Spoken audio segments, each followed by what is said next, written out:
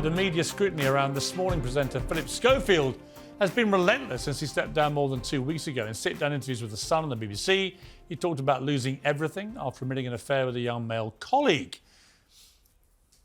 I understand how Caroline Flack felt last week. If my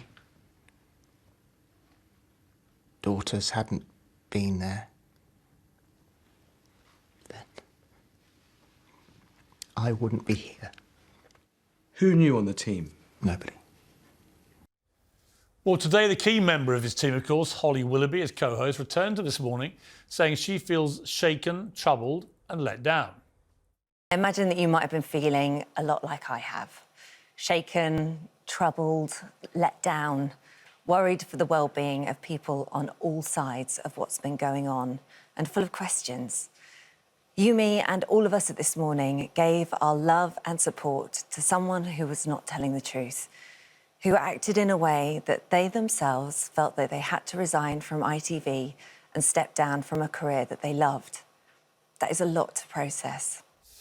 Well, we all know about stepping down from jobs we love at ITV, but there are big questions left to answer over this scandal.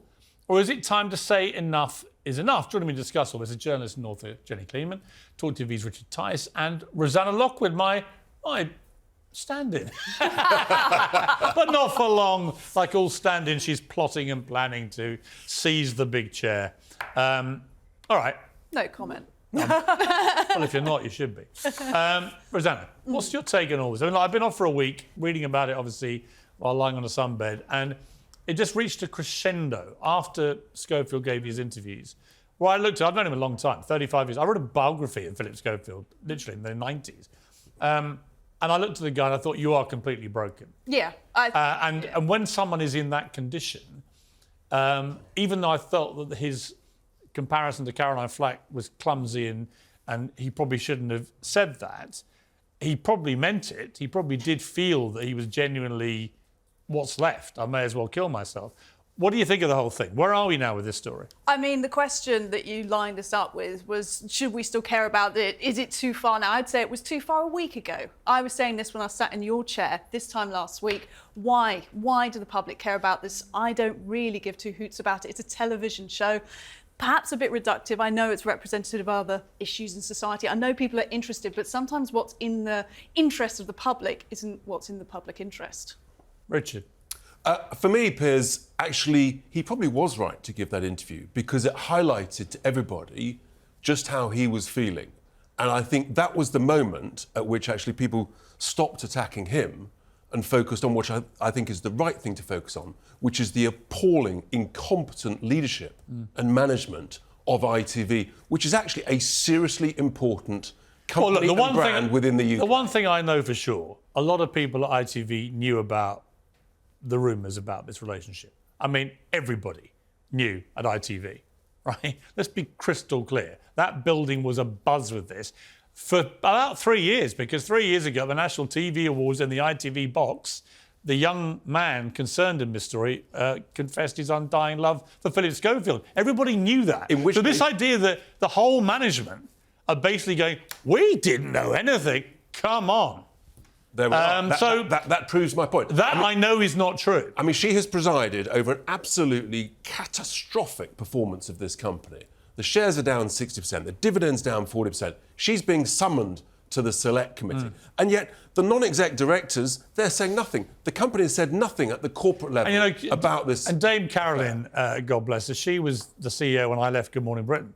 And they put me in a position where I had to either apologise for disbelieving Princess Pinocchio or I had to leave immediately. There was no inquiry for me. It was just like, you either now publicly apologise for disbelieving Meghan Markle's lies, as it turned out, or you have to leave immediately. So I took the leaving immediately option. But what's fascinating is 2 days after that, after I'd left, the Telegraph newspaper runs a story that says that Meghan Markle had written to Dame Caroline on the Monday night before I left on the Tuesday, demanding my head on a plane. Nobody thought to mention that to me. And had they had done, I wouldn't have been so hasty in leaving. I would have said, I'm not leaving because some princess tells you to make me leave, right? So now, to bring it up to full speed now, the same Dame Caroline McCall has repeatedly said in public that it had no bearing on the decision to force me out. That is a lie. If you're watching Dame Caroline, that's a lie. You know it's a lie. I know it's a lie. I don't want an ongoing fight with ITV. I had a great time at ITV, although I didn't even get a carriage clock when I left. Not even a carriage clock. But wait on, 15 years, not even a clock. Yeah, but what would you? I mean, what would you do with a clock, Piers? Even if you work in a factory, somebody gives you a clock, right? I didn't even get a thank you, right? At least Phillip Schofield got 30 seconds of Dermot O'Leary on the Monday thanking him. I got nothing. I trebled the ratings, not even a carriage clock. It seems the management and leadership. But on a serious point, here's my. Well, it's a serious point. My point really is, my experience of ITV management from the top down is that when it suits them, they'll lie through their back teeth. Secondly, that the way they handle talent is morally schizophrenic. Depending who you are and how important they think you are to the firmament at any given moment, or how important your agency is, in the case of Phillip Schofield, Anton Deck, so on, people like that, Holly Willoughby, they look at all those things and they make moral judgments based on that kind of stuff. That's where they lose me. It's not consistent. There's no consistency. Meritocratic? Right.